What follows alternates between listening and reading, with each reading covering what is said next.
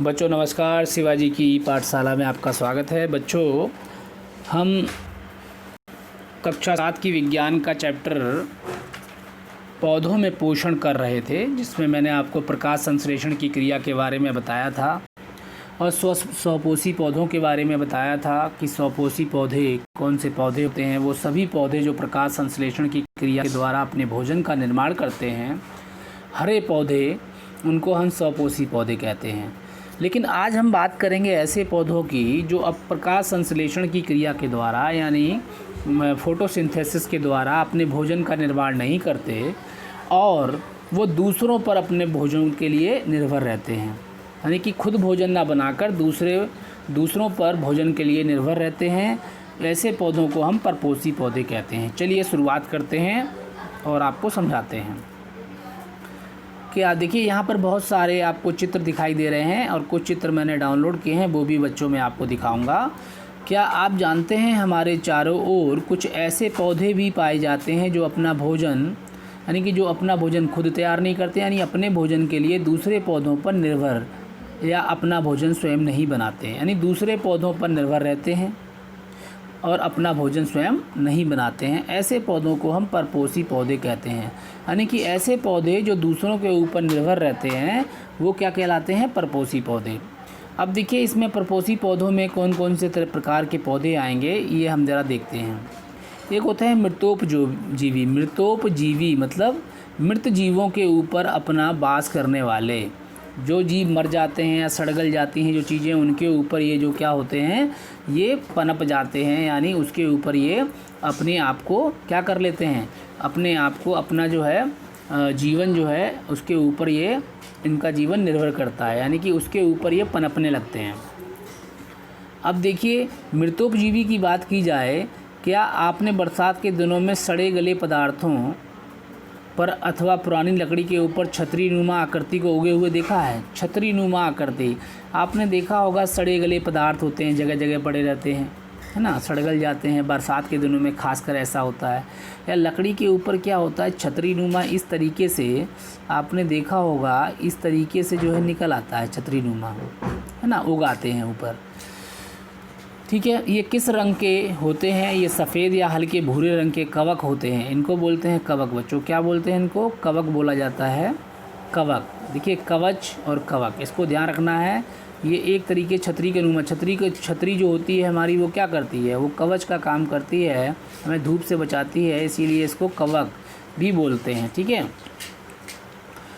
और हल्के सफ़ेद और भूरे रंग के होते हैं। दरअसल इन पौधों में पर्णहरित नहीं पाया जाता। देखिए, सफ़ेद रंग के हैं तो कहाँ से पाया जाएगा पर्णहरित? पर्णहरित तो जो है हरे रंग, मैंने जो पर्णहरित का मतलब ही है कि हरा रंग जो होता है वो पर्णहरित के कारण ही होता है पौधों के अंदर। लेकिन ये सफ़ेद रंग के हैं, इसीलिए इनमें पर्णहरित ना पाए जाने के कारण इनमें फोटोसिंथेसिस की क्रिया नहीं होती, यानी प्रकाश संश्लेषण इनमें नहीं होता। बच्चों आगे देखिए, इस प्रकार नहीं होता इसमें प्रकाश संश्लेषण की क्रिया। ठीक है, अतः ये अपना भोजन मृत कार्बनिक पदार्थों से प्राप्त करते हैं। इन पौधों को मृतोपजीवी पौधे कहते हैं। देखिए, मृत किससे प्राप्त करते हैं? मृत कार्बनिक पदार्थों से। अब ये कार्बनिक पदार्थ कौन से होंगे? जो प्राकृतिक होते हैं, जैसे कि जीव जंतु, पेड़ पौधे, सड़ी गली पत्तियाँ, सड़े गले फल फूल, उनके ऊपर क्या होगा, ये उगाएंगे अपने आप। जब ये उगाएंगे तो ऐसे ही पौधों को हम क्या बोलते हैं? मृतोपजीवी पौधे कहते हैं, यानी मृत के ऊपर उगने वाले, मृत के ऊपर अपना जीवन आश्रित, मृत चीज़ों के ऊपर जिनका जीवन आश्रित होता है, ऐसे पौधों को हम मृतोपजीवी पौधे कहते हैं। उदाहरण देखिए, जैसे कुकुरमुत्ता होता है, ब्रेड मोल्ड होती है। बरसात के दिनों में नमी की अधिकता के कारण ब्रेड पर फफूंद लग जाती है, यही ब्रेड मोल्ड या राइजोपस है। देखिए, ब्रेड मोल्ड को हम राइजोपस भी कहते हैं। क्या कहते हैं? राइजोपस, यानी कि ये एक तरह की कवक है। क्या है ये? इसको कवक बोलते हैं। तथा नम ब्रेड से अपना भोजन प्राप्त करती है। देखिए, अब ये जब ब्रेड के ऊपर हो जाए, कुछ समय के लिए आप कोई ब्रेड, कोई रोटी आप छोड़ दीजिए और नम जगह पे छोड़ दीजिए जहाँ पर थोड़ी सी नमी हो, तो आप क्या देखेंगे, जैसे ये ब्रेड है, इस ब्रेड के ऊपर कुछ थोड़ी सी आप सफ़ेद सफ़ेद सी संरचनाएं देखेंगे, वो फफूंद कहलाती है, जिसको बोलते हैं कवक कहते हैं, यानी कि वो क्या होती है, कवक बन जाती है। अब आप देखिए, मैं आपको कुछ चित्र दिखा रहा हूँ, इन चित्रों को आप ध्यान से देखिएगा। यहाँ पे आप देख रहे हैं ये क्या है, ये देखिए, ये जो संरचनाएं हैं इनको हम मशरूम बोलते हैं। ये भी आपकी इसी तरीके से उगाई जाती है, खेती की जाती है इनकी इसी प्रकार से। और देखिए यहाँ पर आप देख रहे हैं ये कुछ संरचनाएं, ठीक है। और मैं आपको ये ब्रेड दिखा रहा हूँ, ये ब्रेड है। इस ब्रेड के ऊपर बहुत सारी सफ़ेद सफ़ेद संरचनाएं होती हैं और ये उग जाती हैं समय के साथ साथ, और इसी को हम कवक बोलते हैं। और ये जो है इसके ऊपर नमी के कारण हो जाती हैं यदि हम इसको काफ़ी समय के लिए छोड़ दें, ठीक है। तो इस प्रकार से जो है, अब आगे देखते हैं, हम आपको पढ़ाते हैं।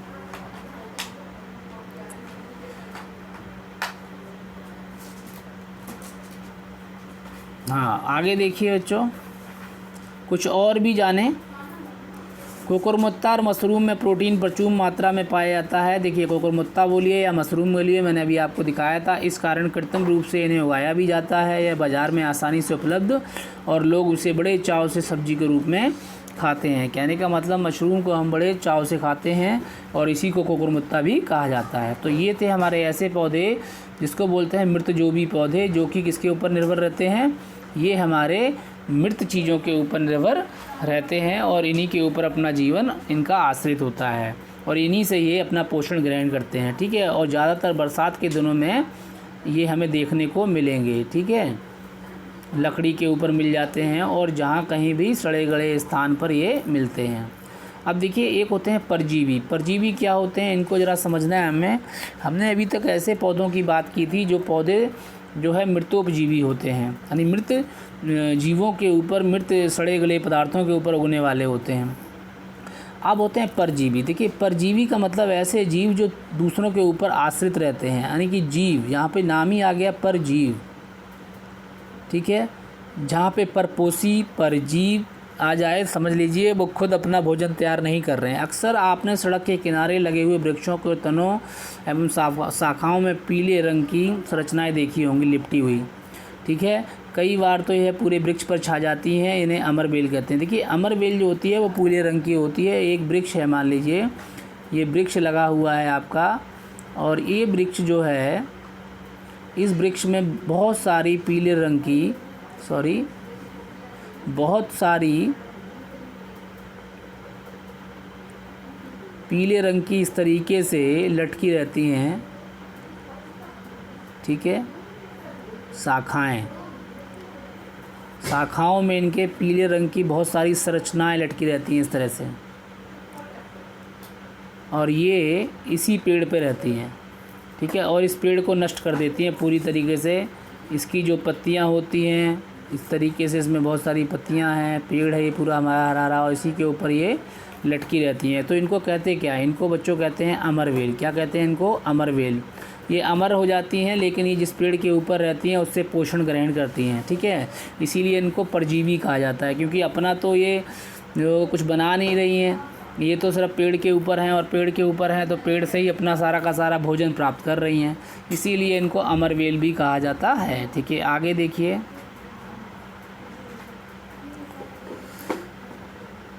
जिस प्रकार से आप यहाँ देख सकते हैं, ये यहाँ पर एक अमरवेल आप देखिए जो इस तरह से लगी हुई है। यहाँ पर ये एक पोषक पौधा जिसके ऊपर है, और ये परजीवी पौधा जो कि अमरवेल जिसको बोलते हैं। और ये इसके अंदर क्या होती है, अमरवेल के अंदर, इसके अंदर चूसक जड़ें होती हैं। देखिए, चूसने वाली, देखिए अभी देखिए, आप समझाते हैं हम आपको। अमरवेल में जड़ें नहीं पाई जाती, सबसे बड़ी चीज़, क्योंकि ये किसके ऊपर रहती है, किसी न किसी पेड़ के ऊपर ये फैल जाती है अपने आप। यह अपने भोजन के लिए पूरी तरह से पोषी, यानी जिस पर ये उगते हैं उस पर आश्रित रहती हैं, यानी पोषी पर रहते हैं, जिसके ऊपर ये उगते हैं उसी के ऊपर आश्रित रहते हैं अपने भोजन के लिए।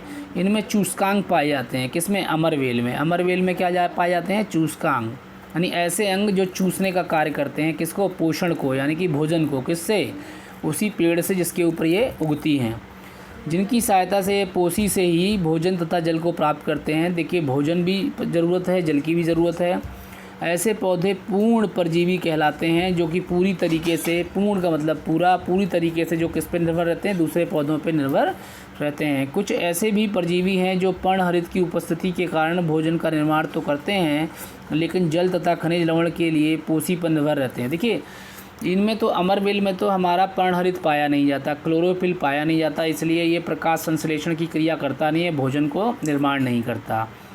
लेकिन कुछ ऐसे भी हमारे परजीवी होते हैं जो हरे होने के कारण भोजन का निर्माण तो करते हैं, लेकिन क्योंकि भोजन का निर्माण करते हैं लेकिन जल और खनिज लवण के लिए पोषी पर निर्भर रहते हैं।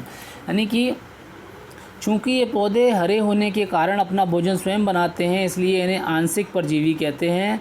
जैसे चंदन, यह पोषक पौधों की जड़ों पर उगने वाला आंशिक परजीवी है। जैसे चंदन जो होता है वो क्या करता है, वो जो है हरा तो है, लेकिन ये प्रकाश संश्लेषण की क्रिया भी करता है। लेकिन ये जो है प्रकाश संश्लेषण की क्रिया करने के लिए हमें पानी की ज़रूरत है, इसको पानी की ज़रूरत है, खनिज लवण की ज़रूरत है, लेकिन ये किससे लेता है, ये पोषक पौधों से लेता है। तो इसीलिए ये अपना भोजन तो बना रहा है चंदन, तो इसीलिए इसको आंशिक परजीवी कहेंगे। लेकिन अमरवेल जो है वो अपना भोजन बनाती ही नहीं है बिल्कुल, वो तो बना बनाया माल खाती है। यानी कि पौधा बना रहा है, उसके ऊपर वो चली गई और उसके जितना भी पोषक तत्व है वो अपने अंदर क्या करती है, अवशोषित करती रहती है और उस पौधे को नुकसान पहुंचाती है, पौधा सूखता चला जाता है। तो ये पूर्ण रूप से जो इसके अंदर चूसकांग होते हैं, पूर्ण रूप से जो है ये अमरवेल क्या है, पूर्ण परजीवी है। लेकिन आंशिक परजीवी चंदन है, क्योंकि इसके अंदर ये हरा होता है, प्रकाश संश्लेषण की क्रिया तो कम से कम करता है। लेकिन ये करेगा कब, जब इसको जल मिलेगा, जल और खनिज लवण मिलेंगे, तो ये किससे ले लेता है, ये जिस पौधे पे ये रहता है उससे ये ले लेता है। पोषक पौधों की जड़ों पर उगने वाला आंशिक परजीवी है। देखिए चंदन क्या है, ये पोषक पौधों की जड़ों पर उगने वाला आंशिक परजीवी है। तो जड़ों पर उगने वाला कौन सा आंशिक परजीवी है, चंदन। ठीक है, इस प्रकार से आपको ध्यान रखना है।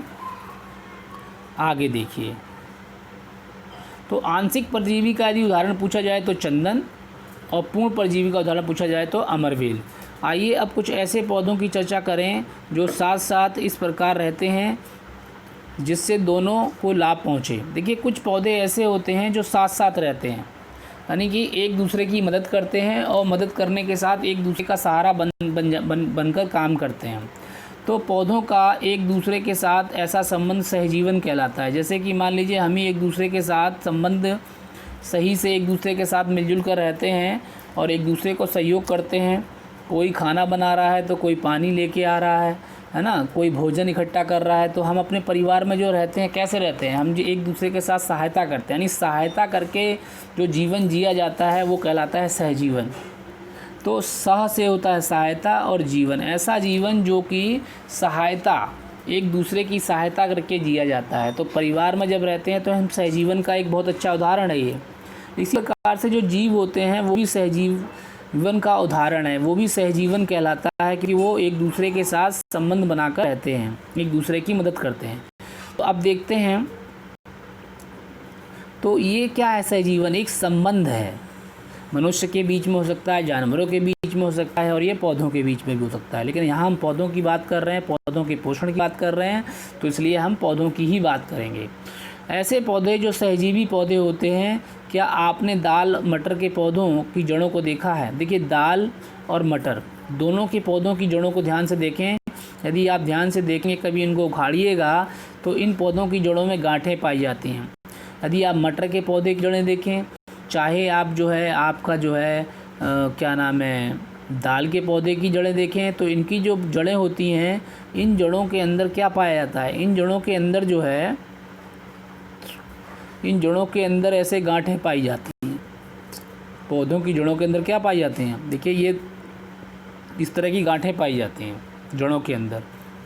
अब ये गांठें हैं क्या, ध्यान से देखेंगे, यदि जड़ों में गांठें पाई जाती हैं, इन गांठों में राइजोबियम नामक जीवाणु पाया जाता है। देखिए ये जो गांठें हैं, इन्हीं के अंदर क्या मिलेगा हमको, राइजोबियम। अब ये क्या है, ये एक बैक्टीरिया है बच्चों, बैक्टीरिया यानी कि जीवाणु है। ये कहाँ रहता है, ये दालें जो होती हैं या मटर के पौधे होते हैं, उन पौधों की जड़ों में ये पाया जाता है। लेकिन ये करता क्या है, आखिर ये पौधों को क्या देता है और पौधा इसको क्या देता है। देखिए ये राइजोबियम नाम का जो जीवाणु है ये दाल के पौधों को देता क्या है। जब ये कुछ देता है तो दाल का पौधा भी इसको रहने की जगह दे रहा है। देखिए ये रह कहाँ रहा है, इनकी जड़ों में रह रहा है, तो एक तो इसको रहने की जगह मिल गई, लेकिन रहने की जगह यदि पेड़ के इस पौधे ने दी है तो कुछ ना कुछ तो इसको भी तो देना पड़ेगा पौधे को। यही कहलाता है सहजीवन। एक मिनट बच्चों, पानी पी लूँ ज़रा।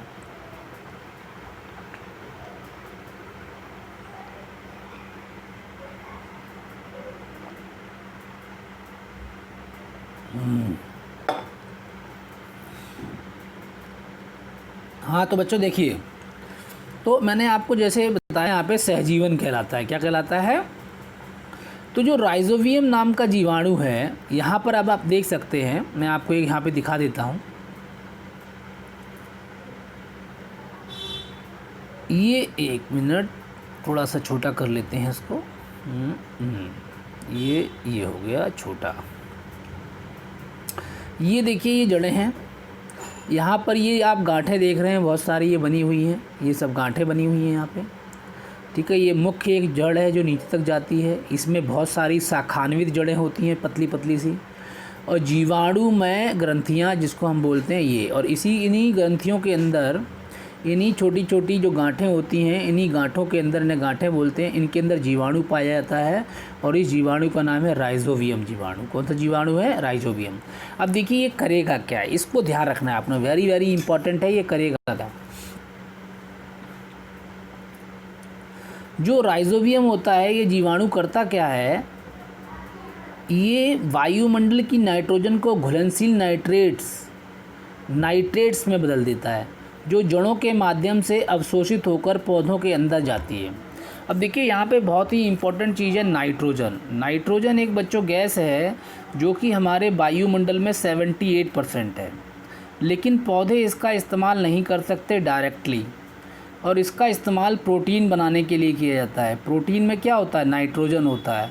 तो प्रोटीन कैसे बनाएंगी? हमारी जो दालें हैं उनके अंदर प्रोटीन क्यों सबसे ज़्यादा पाया जाता है? इसी राइजोबियम के कारण, क्योंकि राइजोबियम क्या करता है, राइजोबियम जो है, जो नाइट्रोजन है हवा के अंदर, वायु के अंदर, उस नाइट्रोजन को जल में घोल देता है और जल में घुलनशील नाइट्रोजन बना देता है, और उसको बोलते हैं नाइट्रेट्स। क्या बोलते हैं? यानी नाइट्रोजन को नाइट्रेट्स में बदल देता है। नाइट्रेट्स यानी यौगिक में बदल देता है नाइट्रोजन के, यानी, और ये नाइट्रेट्स क्या होते हैं, ये मिट्टी में जल से होते हुए यानी मिट्टी में ये घुल जाते हैं, और मिट्टी में घुलने के कारण जब पानी इनको दिया जाता है पौधों को, तो ये पानी के साथ ये जड़ों से होते हुए सारे पूरे के पूरे पौधे में पहुंच जाते हैं, और फिर वहाँ पर ये दालों का निर्माण होता है, और दालों में ये संचित हो जाता है, और हम प्रोटीन के रूप में इसका इस्तेमाल भी करते हैं। अब देखिए, यानी जड़ों के माध्यम से अवशोषित होकर पौधे के अंदर जाती है। नाइट्रोजन पौधों के लिए अत्यंत आवश्यक है। वायुमंडल में प्रचुर मात्रा में के बावजूद पौधे से सीधे प्राप्त नहीं कर पाते हैं। इस प्रकार पौधों की जड़ों में मौजूद जीवाणु नाइट्रोजन प्रदान करते हैं, जबकि बदले में उन्हें जड़ों में रहने का स्थान मिल जाता है। देख लिए, जैसे मान लीजिए हमें घरों में रहने का स्थान कोई दे दे, कहे भैया देखिए हम रहने का जगह तो आपको दे देंगे, लेकिन हमारे पूरे घर का काम आपको करना पड़ेगा। तो इस तरीके से कुछ क्या होता है, इससे सहजीवन हो गया। एक को रहने की जगह मिल गई और दूसरे उनको जो है काम, जो है जो घर का काम था वो करवाने वाला कोई व्यक्ति चाहिए था, वो उनको मिल गया। तो इस प्रकार से जो है सहजीवन का उदाहरण है ये। आगे देखिए यहाँ पे लाइकेन भी सहजीवन का उदाहरण है, जहाँ कवक और शैवाल एक साथ रहते हैं। देखिए लाइकेन जो होता है यहाँ पर, ये बहुत अच्छा उदाहरण है लाइकेन। ये लाइकेन क्या उदाहरण है, अभी बताता हूँ मैं आपको लाइकेन के बारे में। देखिए कवक और शैवाल, कवक को बोलते हैं हम फफूंद यानी कि फंगस, ध्यान से समझिएगा। कवक और शैवाल दोनों को मिला दीजिए तो ये क्या कहलाएंगे? लाइकेन।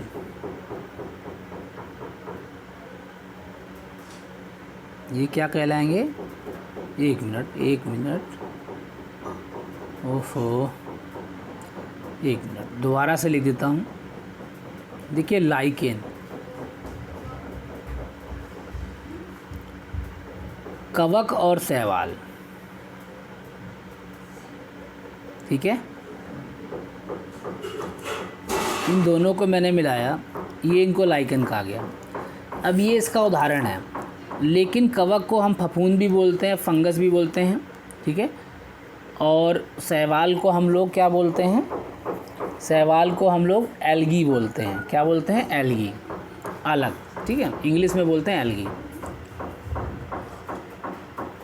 अब देखिए किस प्रकार से एक दूसरे को ये मदद करते हैं। जो फंगस होती है वो करती क्या है, यानी कि जो कवक है ये मॉइस्चर क्या होता है, यानी कि वायुमंडल के अंदर या मॉइस्चर, नमी को अवशोषित करते हैं। ये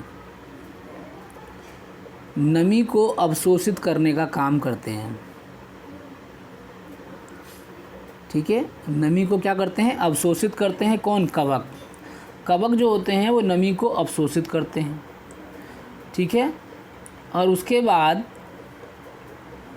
एल्गी क्या करता है, ये जब अवशोषित करके ये किसको दे देता है, इस नमी को शैवाल को। तो शैवाल क्या करता है, शैवाल जो है खाना बनाता है, यानी भोजन का निर्माण करता है।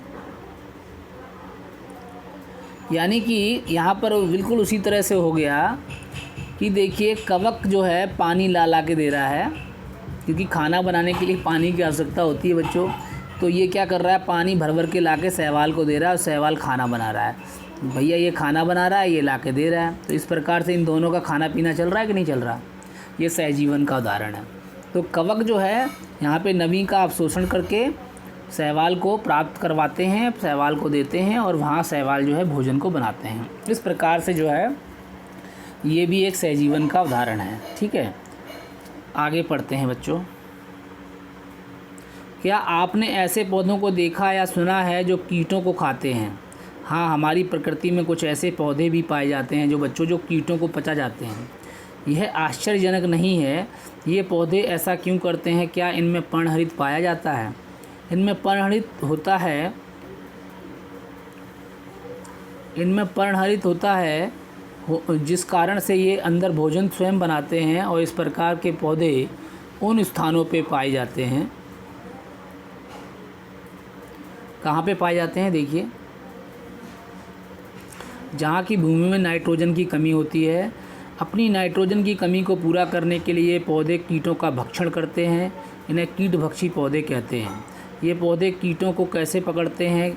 क्या इनमें इस कार्य के लिए विशेष संरचनाएं पाई जाती हैं? देखिए, अभी हम इसको पूरा पढ़ देते हैं, फिर आपको हम समझा देंगे। चित्र 6.6 में घटपर्णी दिखाया गया है, जिसमें पौधे की पत्तियां घड़े के आकार में बदल जाती हैं, बदली हुई दिखाई पड़ रही हैं। पत्ती का शीर्ष भाग एक ढक्कन बनता है, यानी ढक्कन बनाता है, और घड़े के अंदर रोम यानी सुदृढ़ संरचनाएं पाई जाती हैं। जब कोई कीट उड़ते हुए घड़े में या घट में चला जाता है तो उनमें उपस्थित रोमों में फंस जाता है, और घट के ऊपर स्थित पत्ती नुमा ढक्कन बंद हो जाता है, और अंदर पाए जाने वाले पाचक रसों द्वारा कीट पचा लिया जाता है। भारत में गारो और खासी की पहाड़ियों पर यह पौधा सबसे ज़्यादा पाया जाता है। इसके अलावा ड्रोसेरा, बीन्स और आपका बीन्स जो है, फ्लाई ट्रैप जो होता है इसको बोलते हैं, ये सब कीटभक्षी पौधे हैं। देखिए, अब कुछ बहुत तरह के पौधे हमारी प्रकृति में पाए जाते हैं, लेकिन उसमें से कीटभक्षी पौधों का उदाहरण बहुत ही महत्वपूर्ण और बहुत ही दिलचस्प भी है ये, कि क्या पौधे भी कीटों का शिकार करते हैं? क्या पौधे भी कीटों को खाते हैं? ये प्रश्न उठता है। हाँ जी, खाना इनकी मजबूरी है, क्योंकि देखिए ये पौधे और ऐसा करते क्यों हैं? क्योंकि भूमि जो होती है उसमें नाइट्रोजन की कमी होती है। अब भाई नाइट्रोजन की कमी है, तो इस नाइट्रोजन की कमी को ये कहीं से तो पूरा करेंगे, क्योंकि जो जीव होते हैं उनके अंदर ये उसको पचा लेंगे तो उन्हें नाइट्रोजन मिल जाएगा उससे। लेकिन ये जो होते हैं जिसमें आपको घटपर्णी कीटभक्षी पौधा जो मैं बता रहा हूँ, ये वाला जो दिख रहा है यहाँ पे, ये वाला जो आप देख रहे हैं, इसकी क्या होती हैं, जो पत्तियाँ होती हैं रूपांतरित होते एक घड़े की तरह की आकृति बना देती हैं और ऊपर का एक ढक्कन बन जाता है। ये जो ढक्कन है ये भी पत्तियों का ही रूप है। अब इसके अंदर क्या होते हैं, बहुत ही छोटे छोटे रंध्र पाए जाते हैं, रंध्र नहीं पाए जाते, छेद। रंध्र का मतलब तो छेद होता है। इसके अंदर विशेष संरचनाएं पाई जाती हैं, विशेष प्रकार की, जो एकदम रेशों की तरह होती हैं, रोम की तरह होती हैं, यानी रोम सदृश। वो ऐसी होती हैं, जाल नुमा होती हैं, उसमें जाके कीड़ा फंस जाता है और जैसे ही वो फंसता है ढक्कन बंद कर लेते हैं और उस कीड़े को ये चूस लेते हैं। ये उसके अंदर के जो है पोषक तत्वों को ये चूस लेती है और वहाँ से ये नाइट्रोजन को प्राप्त करते हैं। तो इसी को हम बोलते हैं, इस वाले जो पौधे का नाम क्या है, घटपर्णी, यानी कि घड़े के आकार का ही होता है। ठीक है, घड़े के आकार का होता है, इस कारण इसको घटपर्णी कहते हैं। इसी प्रकार के बहुत सारे और भी पौधे होते हैं, जैसे ड्रोसेरा का पौधा होता है, वीनस फ्लाई ट्रैप होता है। ये सब कीटभक्षी पौधे हैं। ये सब इसीलिए करते हैं और ये पाए कहाँ जाते हैं, गारो और खासी जो हमारी पहाड़ियाँ होती हैं मेघालय में, गारो खासी जयंतिया, मेघालय की पहाड़ियों पे ये जो है पौधा सबसे ज़्यादा पाया जाता है।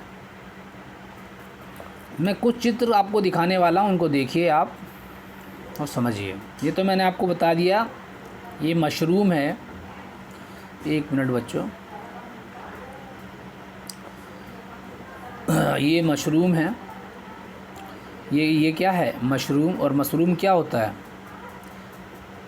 ये कवक होता है। मैंने आपको बताया था कवक कैसे, क्योंकि कवच है, ये छतरी नुमा होता है। छतरी हमारी कवच की तरह सुरक्षा करती है बारिश से, ऐसे याद करना है। और कवक को ही हम फफूंद, इंग्लिश में फंगस, क्योंकि ये उगती है। दूसरा यहाँ पे देखिए, ये है लाइकेन बच्चों। ये क्या है, ये लाइकेन है, जिसमें क्या होता है, कवक होता है बच्चों, और क्या होता है, शैवाल होता है। कवक और शैवाल मिलके क्या बनाते हैं, आपके लाइकेन का निर्माण करते हैं। सहजीवन का एक बहुत ही अच्छा उदाहरण मैंने आपको बताया था। ठीक है, ये हो गया। आगे देखिए, इस तरह से पेड़ों पे ये लग जाता है। यहाँ पे मैंने बताया था आपको, बहुत सारी जो है सफ़ेद सफ़ेद सी संरचनाएँ बन जाती हैं दुनिया भर की। लाल नहीं बनती हैं, सफ़ेद सफ़ेद सी। ब्रेड को आप छोड़ दिए, ये फफूंद बन जाती है। फफूंद को, इसी को हम कवक कह देते हैं। यहाँ पे देखिए एक पौधा, मैं कीटभक्षी पौधा दिखा रहा हूँ आपको। ये कीटभक्षी पौधा है। इसमें होता क्या है कि ये कीड़ा आप देख रहे हैं यहाँ पे, ये आता है और ये पूरा का पूरा इस तरीके से फोल्ड हो जाता है। जैसे ही कीड़ा इसके मुँह में आया, जैसे ही ये कीड़ा आया, ये पूरा का पूरा फोल्ड हो जाता है, उसको पूरे के पूरे इसके अंदर के पोषक तत्वों को निगल जाता है, निचोड़ लेता है। इसी प्रकार से ड्रोसेरा का मैंने आपको दिखाया। ये हमारा जो था वीनस फ्लाई ट्रैप, जो मैंने आपको दिखा चुका हूँ। यहाँ पे देखिए, ये भी एक पौधा है। ये भी क्या करता है, इसी प्रकार से इसने भी क्या किया, इसने एक वो कीड़े को पकड़ा और इसको भी चूस जाएगा, इसके अंदर के पोषक तत्वों को। ये सब कीटभक्षी पौधे हैं बच्चों। ठीक है, कीटभक्षी Venus flytrap, Drosera, Venus flytrap, Drosera. ये देखिए, ये कौन सा है बताइए, ये वीनस फ्लाई ट्रैप है ना। ये देखिए यहाँ पर, ये एक तरह से फ्लाई आई, इसमें बैठी और ये जैसे ही आती है, ये अपना इसका ढक्कन बंद हो जाता है, दोनों तरफ से बंद करके इसके अंदर के पोषक तत्वों को ये पी लेता है। तो इस प्रकार से क्या है, ये आपको मैंने दिखाए सारे कीटभक्षी पौधों के उदाहरण हैं। ठीक है, तो कीटभक्षी पौधे कई तरीके के मैंने आपको दिखाए। ये सब कई प्रकृति में हमारे पाए जाते हैं। ये मैंने आपको दिखाया। ये जो है हमारा, ये कौन सा पौधा है, ये वाला, इसको बोलते हैं घटपर्णी, घटपर्णी बोलते हैं। ठीक है बच्चों, ये हो गए आपके कुछ पौधे। तो ये था आज का हमारा, और हमने इस पूरे चैप्टर में क्या सीखा, देखिए हम आपको बताते हैं हम क्या सीख चुके हैं। ये पूरा चैप्टर मैं आपको पढ़ा चुका हूँ। इसमें हमने क्या सीखा, पृथ्वी पर पाए जाने वाले समस्त हरे पौधे स्वपोषी होते हैं। जीव जंतु प्रत्यक्ष या परोक्ष रूप से अपने भोजन के लिए पौधों पर आश्रित होते हैं। हरे पौधों द्वारा भोजन बनाने की प्रक्रिया को प्रकाश संश्लेषण कहा जाता है बच्चों। प्रकाश संश्लेषण की क्रिया के लिए पर्णहरित, सूर्य का प्रकाश, कार्बन डाइऑक्साइड गैस और जल की आवश्यकता होती है। प्रकाश संश्लेषण का अंतिम उत्पाद क्या होता है, ग्लूकोज नामक शर्करा और ऑक्सीजन गैस होती है। जो कि हमारी प्राणदायिनी भी बोलते हैं इसको। पत्तियों में बना भोजन पौधों के विभिन्न भागों के मंड के रूप में संचित रहता है, मंड के रूप में संचित रहता है, और यही हमें ग्लूकोज बाद में ग्लूकोज के रूप में हमारे शरीर में ये बदल जाता है। ऐसे पौधे जो अपने भोजन स्वयं नहीं बनाते, अन्य पौधों पर आश्रित रहते हैं, उन्हें परपोषी पौधा कहते हैं। ये 4 प्रकार के होते हैं। एक होता है मृतोपजीवी, एक होता है परजीवी, एक होता है सहजीवी और एक होता है कीटभक्षी। तो हमने आपको बताया परपोषी पौधे जो कि 4 प्रकार के होते हैं। मृतोपजीवी मृत और सड़े गले पदार्थों के ऊपर उग जाते हैं। परजीवी जो होते हैं, जो कि हमने अमरवेल का उदाहरण दिया था आपको, अमरवेल था। इसके अलावा चंदन था जो कि परजीवी का उदाहरण था, है ना। और परजीवी भी 2 प्रकार के होते हैं, एक पूर्ण परजीवी, एक अर्ध परजीवी, आंशिक परजीवी। तो पूर्ण में अमरवेल आ गया और आंशिक में क्या आ गया आपका जो है चंदन आ गया। सहजीवी में हमने आपको लाइकन का उदाहरण दिया, है ना। सहजीवी में हमने आपको लाइकन का, और सहजीवी में क्या बताया था, सहजीवी पौधे और भी बताए थे मैंने आपको, जिसमें कि राइजोबियम नामक का जीवाणु कहाँ रहता है, मटर और दाल के पौधे की जड़ों में रहता है। वो क्या करता है, नाइट्रोजन को किस में बदल देता है, घुलनशील नाइट्रेट्स में बदल देता है, और वो पौधे की जड़ों के माध्यम से वो पौधे के हर भाग तक चला जाता है। ये मैंने बताया सहजीवी में। कीटभक्षी पौधे मैंने आपको बताए। कीटभक्षी पौधे कई प्रकार के थे, जिसमें घटपर्णी पौधा बताया, ड्रोसेरा और बीनस फ्लाईट्रैप, ये तमाम कीटभक्षी पौधे पढ़ाए। तो बच्चों अगली कक्षा में मैं आपको इसके अभ्यास प्रश्न करवा दूंगा। आज के लिए बच्चों इतना बहुत है। कोई प्रश्न हो आपके मन में, कोई सवाल हो तो आप कमेंट बॉक्स में लिखना। बच्चों इस वीडियो को जितने बच्चों को आप फैला सकते हैं फैलाइए। आपके आसपास में जितने बच्चे हैं जिनको आप जानते हैं उनको इसको शेयर कीजिए, और इस चैनल को सब्सक्राइब कर लीजिए, जिससे कि आपको जो मैं वीडियो बना रहा हूँ उसकी अपडेट मिलती रहे। मतलब जो भी वीडियो मैं बनाऊंगा आपको उसका मैसेज मिलता रहे, ताकि यदि आपको मैसेज मिलेगा तो उससे फ़ायदा ये होगा कि आप वो वीडियो, आपको पता रहेगा कि ये वीडियो आ गई नहीं, ठीक है। और दूसरा आप कमेंट कर सकते हैं, कोई भी आपको चीज़ समझ में नहीं आ रही है उसके बारे में, और यदि आपको अच्छा लगता है तो भी कमेंट कीजिए, लाइक कीजिए, सब्सक्राइब भी कर सकते हैं चैनल को। इससे बेनिफिट ये होगा कि आपको सारी वीडियोज़ की जानकारी मिलती रहेगी, ठीक है बच्चों। और शेयर करना ना भूलें, क्योंकि जो आपके जानकार बच्चे हैं उनका भी भला हो सके, वो भी इस तरह की वीडियो को देख सकें, ठीक है बच्चों। अगले लेक्चर के अंदर हम लोग अभ्यास प्रश्न करेंगे, और आज मुझे पूरी उम्मीद है आपको पूरा समझाने की मैंने अच्छी तरह से कोशिश की है, और बेहतरीन से बेहतरीन वीडियोज़ मैं आपके लिए इस तरह से बनाता रहूँगा और लाता रहूँगा। थैंक यू वेरी मच बच्चों फॉर वॉचिंग दिस वीडियो।